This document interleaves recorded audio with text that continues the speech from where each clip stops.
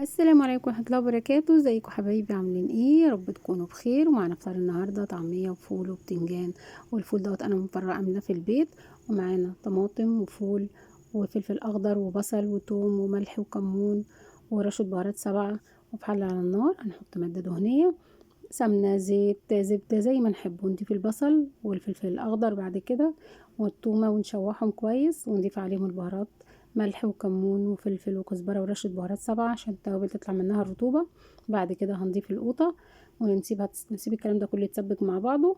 وما يتسبك نضيف عليها الفول، ولو محتاج شوية مية نحطهم. وصلي على الحبيب قلبك يطيب، اللهم صل وسلم وبارك عليك يا سيدي يا رسول الله. وبعد كده هنحمر البتنجان، وبعد ما نحمره هنملحه بالتمليحة بتاعتنا اللي هي عبارة عن هريسة شطة وكمون وليمون وخل وتوم. وبعد كده هنحمر بصلاية، وزي ما الطعمة بتعمل بحمر بتنجان وبصلاية وفلفل وبطاطس.